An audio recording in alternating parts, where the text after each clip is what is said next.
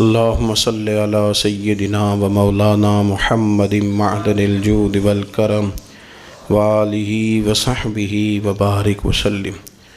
تمام تعریفیں، حمد و ثنا اللہ تعالیٰ جل مجدہ الکریم کے لیے، درود و سلام نبی اکرم نور مجسم شفیع معظم احمد مجتبیٰ جناب حضرت محمد مصطفیٰ اعلیٰ تحیت و ثنا کی ذات والا صفات کے لیے حمد و صلات کے بعد، اللہ تبارک و تعالیٰ نے قرآن مجید فرقان حمید میں ارشاد فرمایا ہے وَيُطْعِمُونَ الطَّعَامَ عَلَىٰ حُبِّهِ مِسْكِينًا وَيَتِيمًا وَأَسِيرًا۔ فرمایا کہ وہ بندے جو اللہ کی محبت میں کھانا کھلاتے ہیں، جو اس کی محبت میں کھانا کھلاتے ہیں، کس کو کھلاتے ہیں؟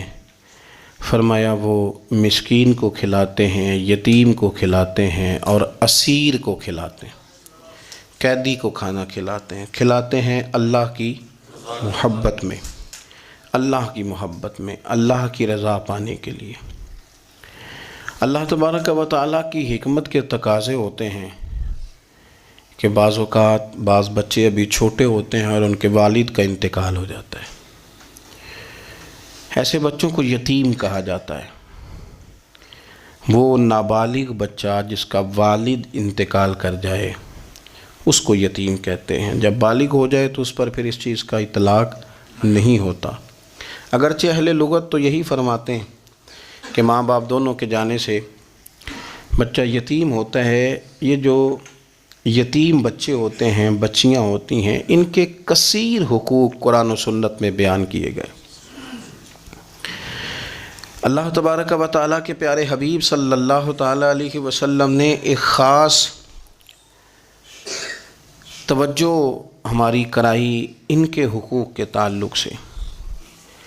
والد کی موجودگی انسان کے لیے ایک بہت بڑا سہارا رکھتی ہے، اور بالخصوص اس موقع پر جب آدمی چھوٹا ہوتا ہے، بچے کمزور ہوتے ہیں، انہیں گھنی چھاؤں کی ضرورت ہوتی ہے، گھنی چھاؤں کی، جس میں وہ اپنا وقت صحیح طریقے سے گزار سکیں۔ ہمارے ہاں یہ ہوتا ہے کہ اگر کوئی کسی کا والد انتقال کر جاتا ہے تو وقتی طور پر تو بہت ساری اس کے لیے آسانیاں کی جاتی ہیں، بہت سارے لوگ ہوتے ہیں جو وقتی طور پر آ کے دست شفقت پھیرتے ہیں، وقتی طور پر سہارا دیتے ہیں، کسی وقت کو تھوڑی بہت مدد بھی کر جاتے ہیں، لیکن مستقل بنیادوں پر ان کا خیال نہیں رکھا جاتا۔ ان کو مستقل ضرورت ہوتی ہے نگرانی کی، مستقل ضرورت ہوتی ہے تربیت کی، مستقل ضرورت ہوتی ہے دھوپ چھاؤں سے بچانے کی۔ وقتی چونکہ جذبات ہوتے ہیں، بھائی چلا گیا اس کے بچوں کے ساتھ تھوڑا بہت، پھر آہستہ آہستہ لوگ کہانیاں بنانے لگتے ہیں کہ ان کا ابا اتنے پیسے بھی تو چھوڑ گیا نا، اتنی جائیداد بھی تو ان کے پاس ہے نا، اور اب یہ بڑے بھی تو ہو گئے ہیں نا، مہنگے اسکول میں پڑھنا ضروری تو نہیں ہے نا۔ تو پھر رویوں میں سختی آتی جاتی ہے۔ اب جو بچے زیادہ کمزور ہوں، فیملی میں بھی ایسا کوئی نہ ہو، تو ہمارے ہاں ان کے لیے یتیم خانے بنتے ہیں۔ بڑا بڑا اچھا لوگ کام کر رہے ہیں ہمارے ملک میں، اللہ تعالیٰ نے لوگوں کو بڑا نرم دل دیا ہے، لوگ بڑا خیال رکھتے ہیں، مدارس اسلامیہ بڑی ساری خدمت کرتے ہیں اس تعلق سے، بہت سارے لوگ ہیں جنہوں نے ویلفیئر ادارے قائم کیے ہیں۔ لیکن میں اپنی ایک چھوٹی سی رائے رکھتا ہوں، میں یہ کہتا ہوں کہ ہمارے ہاں بعض ادارے، سب نہیں، بعض ادارے اس طرح کرتے ہیں کہ جو ڈونر ہوتے ہیں، جنہوں نے فنڈ دینا ہوتا ہے، ان کو لا کے نہ تو دکھاتے ہیں یہ جی اتنے سارے بچے ہیں جی ہمارے پاس، غریب مسکین لاچار۔ میں کہتا ہوں کہ یہ کوئی مال تو نہیں نا جو دکھا کے آپ نے پیسہ اکٹھا کرنا ہے۔ چلے آپ نے اچھی نیت کے ساتھ ہی یہ کام کیا، آپ کا خیال تھا کہ ان بچوں کے لیے کوئی اور اسباب جمع ہو جائیں، کچھ ان کو مزید کچھ ملے گا، لیکن یہ کہ آپ نے اچھے اور خیر کے جذبے کے ساتھ بھی یہ کام کیا، لیکن آپ کو چونکہ تربیت کرنی تھی ان بچوں کی۔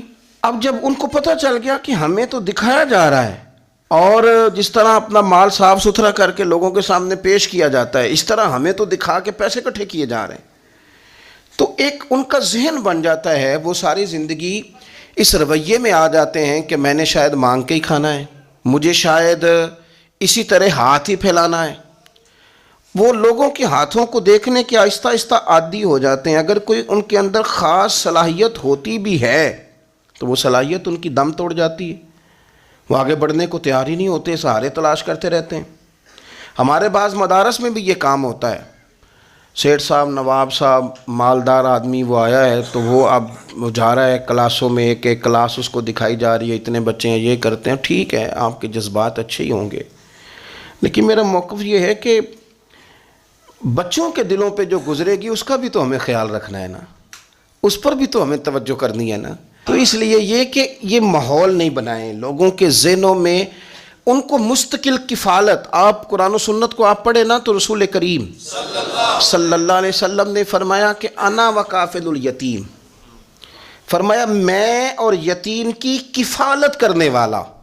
وقتی طور پر 10,000 دے کے واپس جانے والا نہیں, کفالت کرنے والا, مستقل بنیادوں پر اس کا خیال رکھنے والا, اس کی پرورش کرنے والا, اس کے آگے بڑھنے میں اس کی مدد کرنے والا. فرمایا میں اور یتیم کی پرورش کرنے والا. قیامت کے دن اس طرح ہوں گے جس طرح میری یہ 2 انگلیاں جڑی ہوئی ہیں. حضور فرماتے ہیں اس طرح قیامت کے دن میں اور یتیم کو پالنے والا ہوں گے.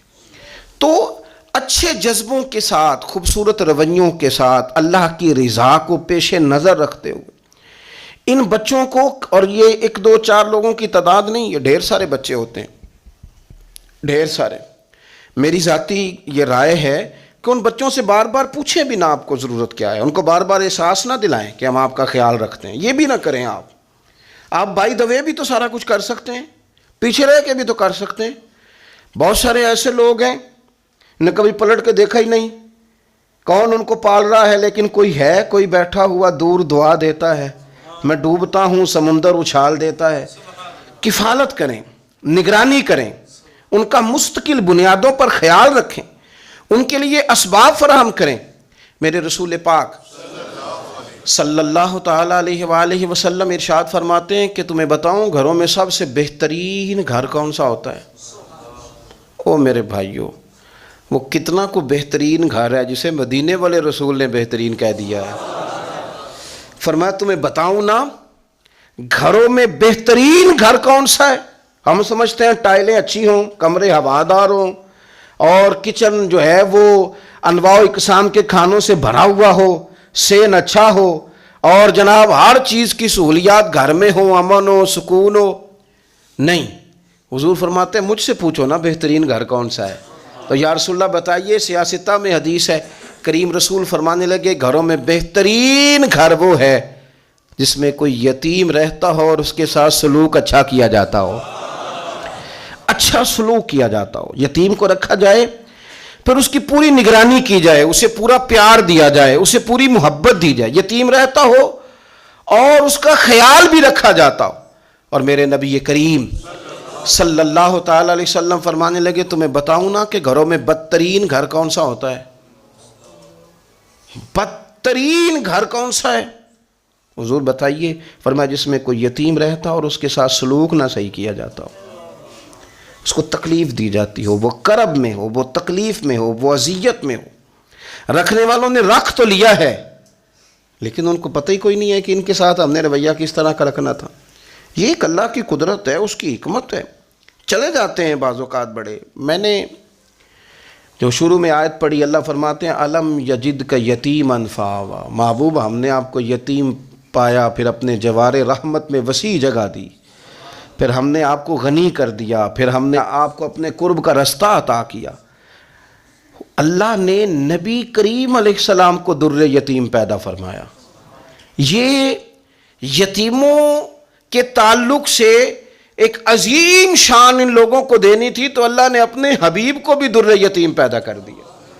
یہ ایک خاص قسم کا کرب ہوتا ہے.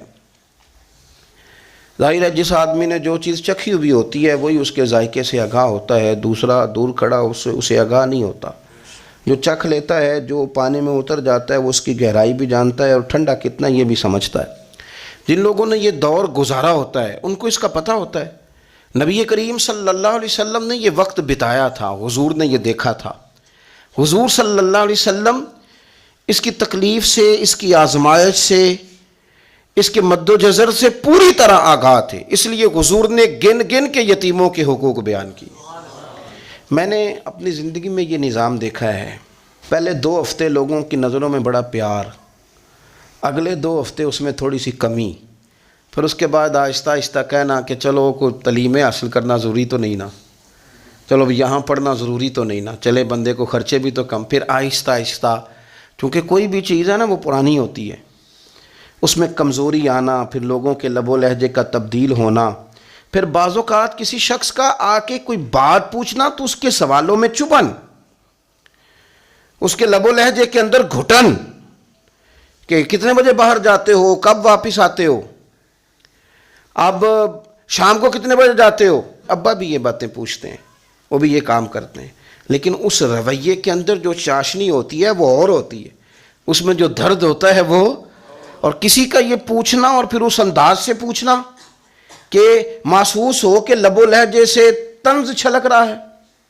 اور باتوں سے جو ہے شیرینی کی بجائے لہو ٹپک رہا ہے، اور آپ تیزاب کا کام کر رہے ہیں یہ سوال جواب کر کے، یہ کمزوریاں، یہ انداز، اور یہاں تک کہ بیٹیوں کے رشتے دیکھنے والوں کا آنا تو ان کا یہ پوچھنا کہ بھائیوں کا رویہ کیسا ہے۔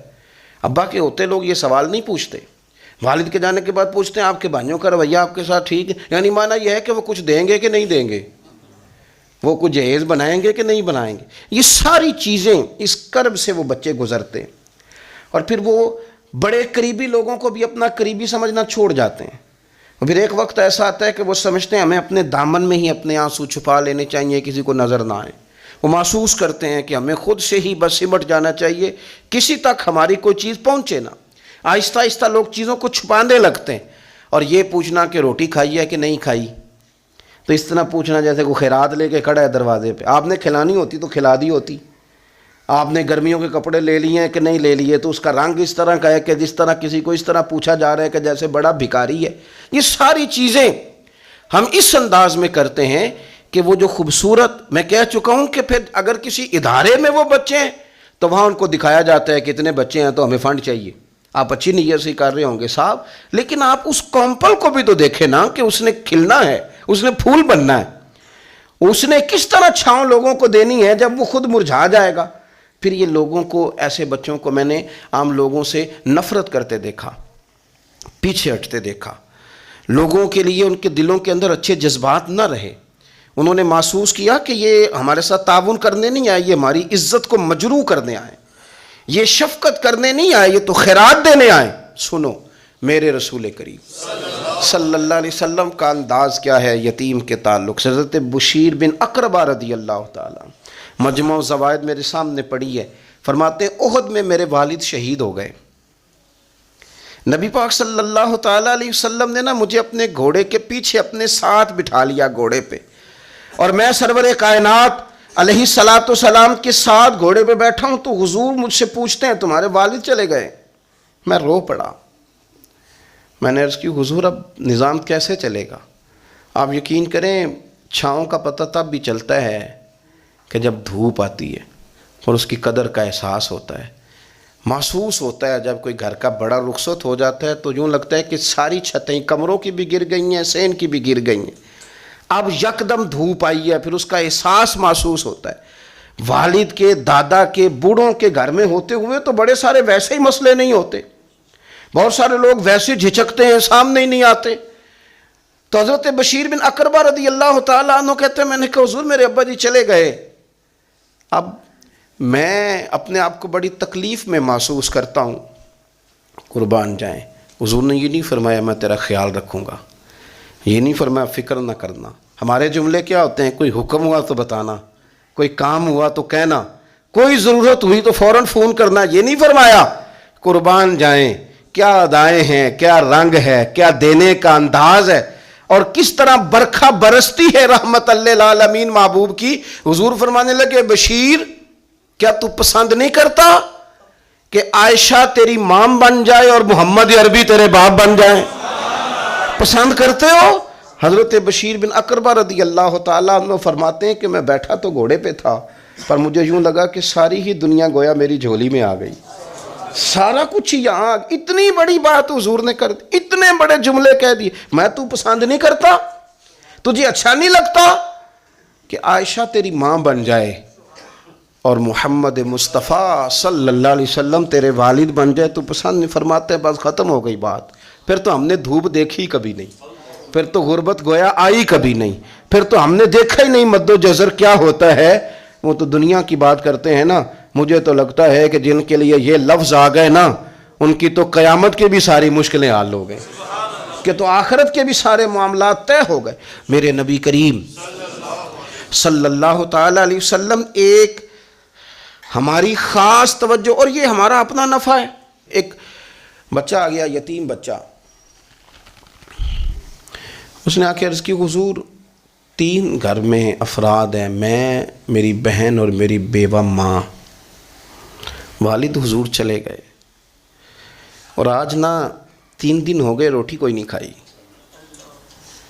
میں اس منظر کو بھی جانتا ہوں کہ جب یتیم گھر میں اکٹھے بیٹھے ہوتے ہیں اور پتہ ہوتا ہے ان کو کہ ہماری اماں کے پاس آج پیسے کوئی نہیں اور گھر میں روٹی بھی کوئی نہیں, تو پھر ان کو بھوک ہی نہیں لگتی. ہاں نہیں لگتی. اماں پوچھتی ہے پتر روٹی کھانی ہے؟ نہیں میری تو, میں تو سویرے جو کھایا تھا وہ ہضم ہی نہیں ہوا. اماں جی شاہی کوئی نہیں. یہ پردے اس طرح کر کے بچائے جاتے ہیں. ایک دوسرے کو تسلیاں دینا, ایک دوسرے سے پیار کا بڑھ جانا, ایک دوسرے کے لیے جذبات اور طرح کے بن جانا, حکمت الہی کے تقاضے ہوتے ہیں. یا رسول اللہ صلی اللہ تعالیٰ علیہ وسلم, بیوہ ماں ہے, یتیم بہن ہے, 3 دن سے کھایا کچھ نہیں. قربان جائیں وہ گھر جہاں سے کائنات کھاتی ہے ساری. حضور نے فرمایا بلال جا کے ساری ازواج مطہرات سے پوچھ گھر میں کیا ہے. حضرت بلال کہتے ہیں میں سارے گھاری پوچھ آیا, ٹٹول آیا, ٹوٹل 21 کھجوریں نکلی. یہ 2 جہاں کے شاہ ہیں اور پاس کچھ رکھتے نہیں, 2 جہاں کی نعمتیں ہیں, ان کے خالی ہاتھ میں حضور کے سارے گھر کو میں ڈھونڈ 21 کھجوریں نکلی تو لا کے میں نے پیش کر دی, تو حضور نے ڈائریکٹ اس کو نہیں دی, نبی پاک نے اپنے ہاتھ پہ رکھ لی. اور کہتے ہیں پھر حضور نے نا اپنا منہ مبارک قریب کیا کھجوروں کے. صحابہ خود فرماتے ہیں کہ یہ جو حضور نے منہ مبارک قریب کیا ہے نا, تو نبی پاک برکت کی دعا کر رہے تھے. 21 کھجوروں پہ برکت کی دعا ہوئی. حضور نے اس بچے کو بلایا, تھپکی دی, فرمایا لے جا 7 تیری 7 تیری بہن کی. انہیں معمولی نہ سمجھنا ہو. تو حضرت بلال کہتے ہیں حضور 3 بھی دے دینا کبھی تو 30 سال ختم ہی نہیں ہوتی. 30 سال گزر جاتے ہیں, نکالتے رہو, کھاتے رہو, ختم ہی نہیں ہوتی. حضور نے فرمایا 7 تیری, 7 تیری بہن کی, 7 تیری والدہ کی, اور 7 حضور نے اور بھی تلقین فرمائی. فرمایا ایک سویرے کھایا کرنا, ایک شام کو کھایا کرنا. یہ لے جا. حضرت سیدنا بلال حبشی کہتے ہیں رضی اللہ تعالیٰ عنہ کہ بچہ لے کے جب باہر نکلا تو حضرت سیدنا معاذ ابن جبل دوڑ کے گئے اور جا کے بچے کے سر پہ شفقت سے ہاتھ پھیرا.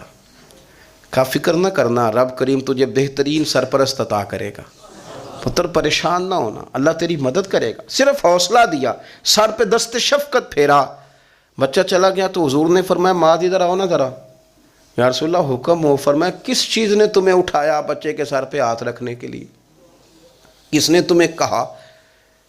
کس چیز نے تمہیں اٹھایا جو تم بچے تک پہنچ گئے؟ عرض کی یا رسول اللہ وہ جو میرے دل میں اللہ نے یتیم کے لیے رحمت رکھی ہے نا, اس نے مجھے اٹھایا تھا, اور میں نے جا کے اس کے سر پہ دست شفقت پھیرا. تو حضور فرمانے لگے سن پھر, جو کسی یتیم کے سر پہ خالی ہاتھ بھی پھیر دے, جتنے بال اس کے ہاتھ کے نیچے آئیں گے نا, رب اتنی خطائیں معاف کرے گا, اتنی نیکیاں دے گا, اتنے درجے اس کے بلند کر دے گا. خالی دست شفقت ہی پھیر دے. دینا دلانا تو بعد کی بات ہے, اس کا خیال رکھنا تو. یہ جو ہمارے مدارس ہیں نا, ان میں اکثر بچے غریب ہوتے ہیں, لیکن کچھ بچے تگڑے گھروں کے بھی ہوتے ہیں, مالدار گھروں کے بھی ہوتے ہیں. اس میں اگر کوئی ایسا بچہ آ بھی جاتا ہے نا جو یتیم ہے, کمزور ہے, تو وہ اپنے آپ کو محسوس نہیں کرتا کمزور, کیونکہ وہ یہ نہیں سمجھتا کہ میں یتیم خانے میں آیا ہوں. اس کے ذہن میں مائنڈ سیٹ یہ ہوتا ہے کہ میں مدرسے میں آیا ہوں اور میں پڑھنے کے لیے آیا ہوں. اور چونکہ وہ کچھ وزادار بچے, مالدار بچوں کے ساتھ وقت گزارتا ہے, اسی دسترخوان پہ بیٹھ کے کھاتا ہے, اسی کلاس میں سب کے ساتھ بیٹھ کے پڑھتا ہے, تو اس کی عزت نفس مجروح ہونے کی بجائے طاقت پکڑتی. وہ برابری کی سطح پہ جب آتا ہے تو اسے محسوس ہوتا ہے کہ مجھے عزت دی جا رہی. اس لیے مدارس اسلامیہ میری نظر سب سے مضبوط جگہ ہیں جہاں مساکین کی، یتیموں کی، غریبوں کی صحیح معنوں میں کفالت بھی ہوتی ہے، تعلیم بھی ہوتی ہے، عزت بھی ہوتی ہے، تربیت بھی ہوتی ہے۔ میرے رسول کریم علیہ السلام بڑے انہماک کے ساتھ، بڑے توجہ کے ساتھ۔ اچھا، ایک کام اور ہوتا ہے ہمارے ہاں، وہ کیا ہے؟ اگر کوئی یتیم مال چھوڑ گیا نا اس کا باپ، تو پھر تو وارے نہیں آ رہے ہیں اس کے، پھر تو اللہ خیر کرے کہ بہت سارے مل جائیں گے کفالت کرنے والے، بہت سارے ملیں گے دھیان رکھنے والے، بڑے سارے ملیں گے توجہ دینے والے۔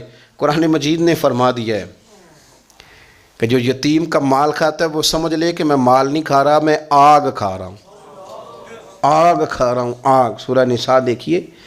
ہمارے ہاں اگر تو وہ مال چھوڑ گیا ہے تو پھر تو بہت سارے رشتہ دار مستقل اس کے محلے میں مکان لینے کو تیار ہو جاتے ہیں، الا ماشاء اللہ۔ پھر تو بڑے سارے ایسے بھی رشتہ دار بن جاتے ہیں جن کو والد کی موجودگی میں کبھی زیارت کا موقع بھی نہیں ملا تھا۔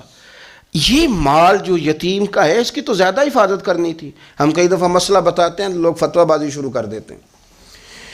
مجھے بلایا گیا کہ ایک صاحب کا انتقال ہو گیا تو ان کا ختم شریف ہے، تو بچے ان کے نابالغ ہیں، تو میں نے کہا کہ آپ اس طرح کریں، ان کے مال میں سے زیادہ پیسے نہ صرف کریں۔ نہیں جی نہیں، بڑے پیسے کمائے ہیں جی، اس نے ساری زندگی باہر نکالی، یا تو لاکھوں کروڑوں کمائے ہیں، تو چھوٹا گوشت پکائیں گے، بکرے کا گوشت پکائیں گے اور ہم ان کا ختم شریف دلائیں گے۔ تو میں نے کہا صاحب آپ رشتہ دار ہیں، ان کے بچوں کے مال کی حفاظت کریں۔ ختم شریف تو اس میں گوشت زیادہ ہونا ضروری نہیں، اس میں تو درد سے دعا کرنا ضروری ہے، اس میں تو تلاوت قرآن پاک کے سال ثواب میں ضروری ہے، ذکر اذکار ضروری ہیں۔ لیکن کیا کیا جاتا ہے کہ بے دریغ مال ان کا اگر ہو تو، ایک حدیث پاک ہے بخاری مسلم میں، بڑے غور سے سنیے گا، اور اس کے اندر جتنے پہلو ہیں ان پر پوری توجہ دیجئے گا کہ کہیں ہم ادھر آ تو نہیں گئے۔ رسول پاک صلی اللہ علیہ وسلم نا ہمارے لیے سب سے بڑے حکیم ہیں، سب سے زیادہ حکمت حضور نے ہمیں بتلائی ہے کہ اس رستے چلو گے تو بچو گے، اس رستے جاؤ گے تو ہلاک ہو جاؤ گے۔ نبی کریم علیہ السلام نے فرمایا، بخاری مسلم ہے، فرمایا 7 ہلاک کرنے والی چیزوں سے بچنا، اگر ان میں تم چلے گئے تو ہلاک ہو جاؤ گے۔ 7 چیزیں ہیں جو تمہیں ہلاک کر دیں گی، برباد ہو جاؤ گے، تباہ ہو جاؤ گے، ہلاکت کا سفر ہے یہ، 7 چیزوں سے بچو۔ یا رسول اللہ صلی اللہ علیہ وسلم وہ کون کون سی؟ تو حضور نے فرمایا اللہ کے ساتھ شریک نہ کرنا، ہلاک ہو جاؤ گے۔ دوسرا نبی پاک صلی اللہ علیہ وسلم نے فرمایا جادو نہ کرنا، ہلاک ہو جاؤ گے، ہلاک۔ اور یار جسے حضور فرما رہے ہیں ہلاک ہو جائے وہ بچے گا؟ نبی پاک صلی اللہ علیہ وسلم نے تیسرے نمبر پر فرمایا جس شخص کے قتل کرنے کو اللہ نے حرام قرار دیا ہے اسے قتل نہ کرنا، ہلاک ہو جاؤ گے۔ چوتھے نمبر پر رسول پاک علیہ السلام نے فرمایا سود نہ کبھی بھی کھانا، ہلاک ہو جاؤ گے، ہلاک۔ بڑی بڑی دلیلیں دی بینک والوں نے، بڑا سمجھایا تو عادی صاحب مان گئے، محترم مان گئے، کہنے لگے نہیں جی نہیں وہ کاروبار میں لگاتے ہیں۔ بڑے بھولے بالے ہیں ہم، پتہ سارا ہے۔ اور دیکھو سب کاموں کے باوجود مستقل بینکوں میں پیسے اس اکاؤنٹ میں رکھے ہوئے ہیں جہاں سے مستقل سود آتا ہے۔ حضور نے فرمایا نہ کرنا یہ کام۔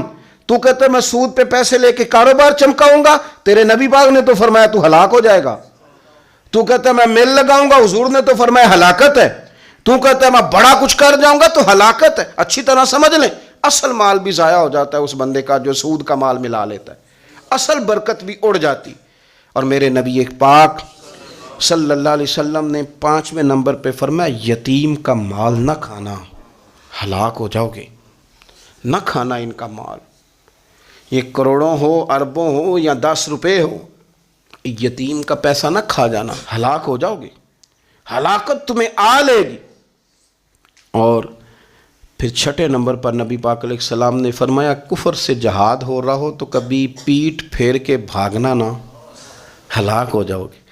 اور 7ویں نمبر پر اللہ کے رسول نے فرمایا بے قصور اور بے گناہ عورت پر تہمت نہ لگانا، بلا وجہ بہو کے کھاتے نہ کچھ ڈال دینا، بلا وجہ بھابھی اور بیوی اور کسی بھی خاتون پر کوئی الزام بے قصور عورت پر بہتان نہ لگانا۔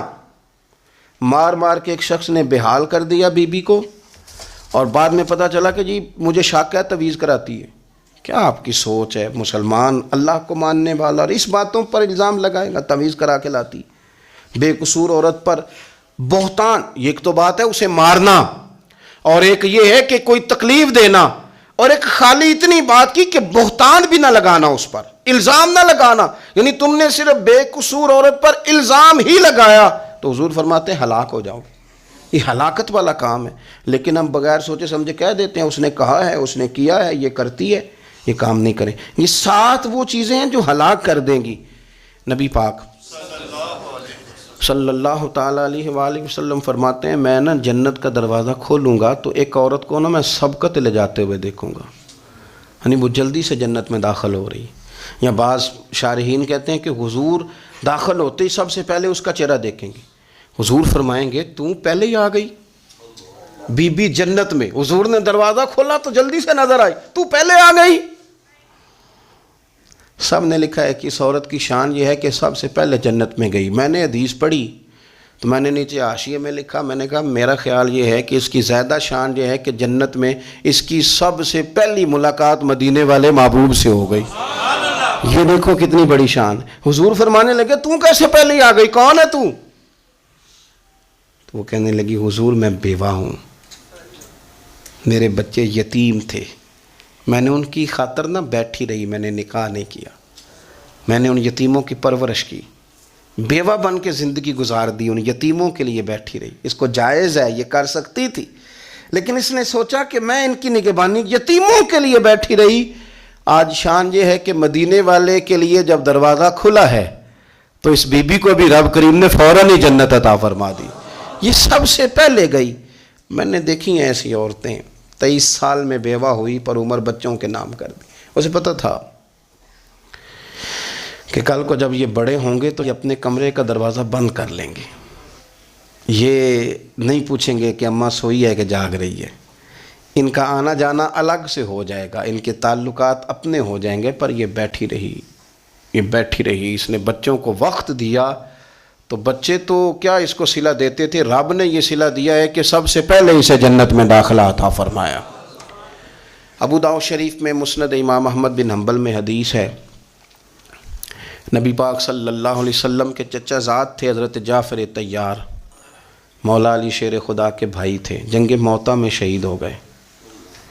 وہاں سے کوئی خبر لے کے نہیں آیا، لیکن رب خبریں دیتا ہے نا اپنے حبیب کو. اللہ غیب کے خزانوں کی کنجیاں دیتا ہے اپنے محبوب کو.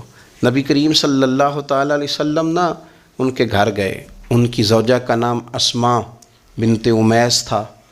حضور نے فرمایا اسماء میرے بھتیجوں کو میرے پاس لاؤ، محمد بن جعفر اور عبداللہ بن جعفر رضی اللہ تعالیٰ عنہ. بچے قریب آئے. حضور کو پتہ ہے ان کے والد شہید ہو گئے. نبی پاک نے اپنی ناک مبارک ان کے رخساروں پہ رکھے، پھر حضور نے ان کا ماتھا چوما، پھر نبی پاک صلی اللہ علیہ وسلم نے سینے سے لگایا. فرمایا حجام کو بلاؤ نا ذرا، ان کے بال تراشے، کتنی بڑے ہو گئے، حجامت ہونے والے. حضور پیار کر رہے تھے، آنکھوں میں آنسو تھے. تو جناب اسماء قریب آئیں، کہنے لگے حضور میرے شوہر کی کوئی خبر آ گئی ہے؟ تو نبی پاک صلی اللہ تعالیٰ علیہ وسلم نے گردن مبارک اٹھائی تو آنکھوں میں آنسو تھے. فرمایا رب نے میرے بھائی کو شہادت کا درجہ عطا کیا ہے. فرمایا کوئی آہ و بقا نہ کرنا میرے بھائی پر، اللہ نے اسے شہادت کا درجہ دیا ہے. حضرت جعفر طیار کے گھر والوں کے لیے حضور نے صحابہ کو حکم دیا کہ یہ غم میں ہیں، ان کے لیے کھانے پکا کے لاؤ. پھر نبی پاک ان بچوں سے پیار کرنے لگے، فرمانے لگے یہ جو ہے نا محمد بن جعفر یہ اپنے دادا جناب ابو طالب سے ملتا جلتا ہے، اور یہ جو عبداللہ بن جعفر ہے یہ تو سارا میرے ساتھ ملتا جلتا ہے. نبی پاک صلی اللہ علیہ وسلم پیار کرتے، باتیں کرتے. حضرت اسماء رونے لگیں. یہ ابو داؤد شریف میں مسند امام احمد بن حنبل میں چمکتے جملے. عرض کرنے لگی حضور میرے بچوں کا کیا بنے گا، کون کفالت کرے گا؟ قربان جائیں رسول پاک صلی اللہ علیہ وسلم کے کیا جملے، یتیموں کے لیے حضور کا نوازنے کا کیا انداز ہے. فرمایا اسماء تو فکر نہ کر، انا ولیہم فی الدنیا والآخرہ. فرمایا میں دنیا میں بھی ان کا وارث بنوں گا، قیامت کے دن بھی ان کا وارث بنوں گا. تو صرف دنیا کی بات کرتی ہے کہ نظام معیشت کا کیسے چلے گا، اور میرا وعدہ یہ ہے کہ دنیا میں بھی ان کی سرپرستی کروں گا، آخرت میں بھی سرپرستی کروں گا، آخرت میں بھی میں ان کا خیال رکھوں گا. آپ غور تو فرمائیں، توجہ تو کریں کہ اس قدر زیادہ حضور کا انہماک اس طبقے کے ساتھ. ہمیں اپنے دائیں بائیں عزیزوں میں، رشتہ داروں میں، دوستوں میں، علاقہ میں، پڑوسیوں میں، محلے داروں میں دیکھنا چاہیے۔ یہ بچے بیچارے میں نے دیکھا ہے، ان کے بگڑنے میں اصل بات یہ ہوتی ہے کہ کوئی مخلص ہو کے سرپرست نہیں بنتا۔ آگے بڑھیں، اپنی اپنی خدمات پیش کریں، اور جس طرح ہمارا بچہ بگڑ جائے تو ہم اس کے لیے پوری کوشش کرتے ہیں، جد و جہد کرتے ہیں، حالات، واقعات، پس منظر، پیش منظر کا جائزہ لیتے ہیں، کون سے اسباب اختیار کیے جائیں تو یہ ٹھیک ہو سکتا ہے۔ وہ ساری چیزیں ان کے لیے بھی ہمیں اختیار کرنی چاہیے۔ اور یہ بچے اگر احساس ذمہ داری پکڑ جائیں، جو وارث سے محروم ہو جاتے ہیں، یہ اگر احساس ذمہ داری پکڑ جائیں تو پھر یہ قوموں کی قیادت کرتے ہیں، پھر یہ بہت بڑے جانباز ثابت ہوتے ہیں، پھر یہ اپنے گھر گھرانے کا نہیں، یہ ملتوں کے، قوموں کے لیے مشعل راہ بنتے ہیں۔ لیکن شرط یہ ہے کہ ہم ان کے لیے اپنے دلوں کو کشادہ کریں، سینوں کو وسیع کریں۔ اللہ کریم سمجھنے کی توفیق عطا فرمائے۔ آخر دعوانا ان الحمد للہ رب العالمین۔